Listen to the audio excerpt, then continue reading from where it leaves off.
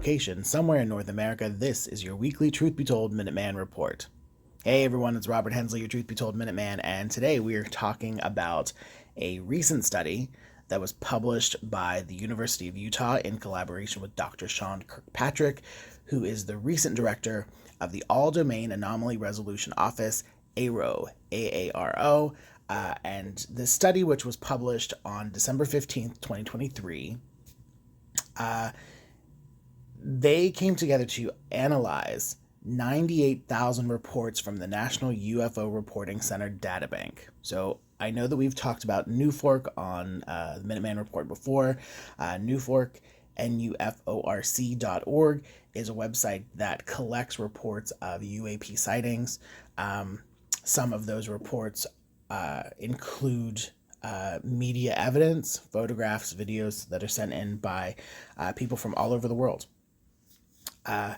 And this study was titled An Environmental Analysis of Public UAP Sightings and Sky View Potential.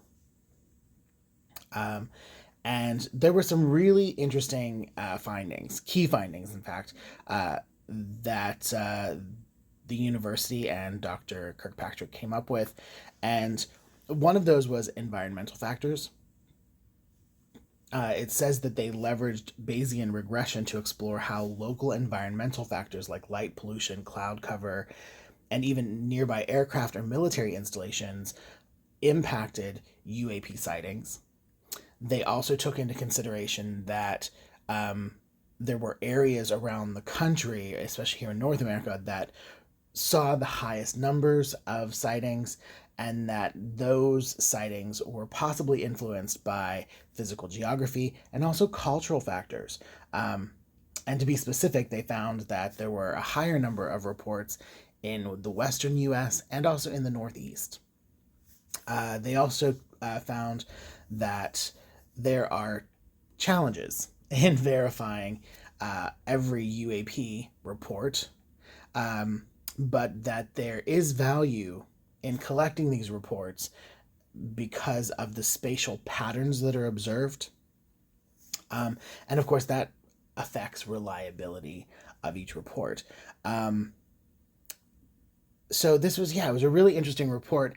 Now, NUFORC publishes reports monthly. So if you go to their website and you click on Databank, you can search the reports for each month going back years and years. Some of those reports have media, so photos or video evidence that was submitted along with the report. And they have it so that you can search the reports by shape of the UAP, how many lights it has, the specific date, location. They even offer now a report map, so you can see kind of where these reports are happening. But the environmental and socioculture considerations that this report kind of opens up are that, for the most part, natural phenomena and man-made objects like drones and aircraft could be and should be considered as explanations for some of the sightings that have been reported. The UAP is only unidentified to the person who doesn't know what it is, and that when you're reading these reports or looking at the footage or the photos that have been taken, sometimes it could be that there is a mundane explanation and that it's not truly a UAP sighting. They also took into consideration that sociocultural factors like media reports of aliens and UFOs have influenced the number of sightings, that there are higher number of reports directly following a new report in the news. And they made some conclusions, which were that the UAP sightings Their reports vary spatially, and unsurprisingly, they emphasize the importance of visibility into air traffic.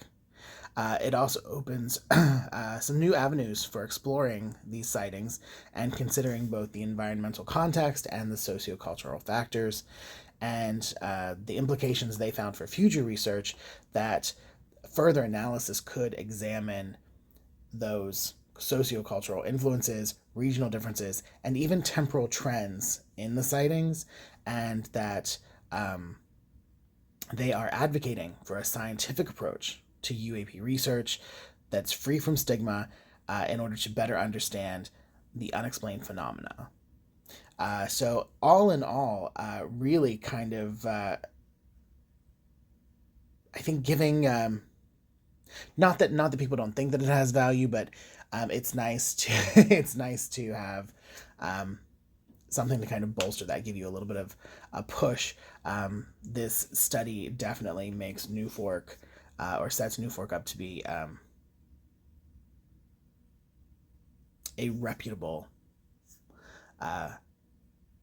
site and tool in the further exploration of UAP sightings, and we think that's very cool. Again, we used the NUFORC.org site for a number of Minuteman reports over the past few years, and there are some really interesting reports there. I highly suggest that if you are interested in UFOs, UAPs, sightings, that you have a look at the some of the reports, even if you're just interested in kind of what's being reported in your area.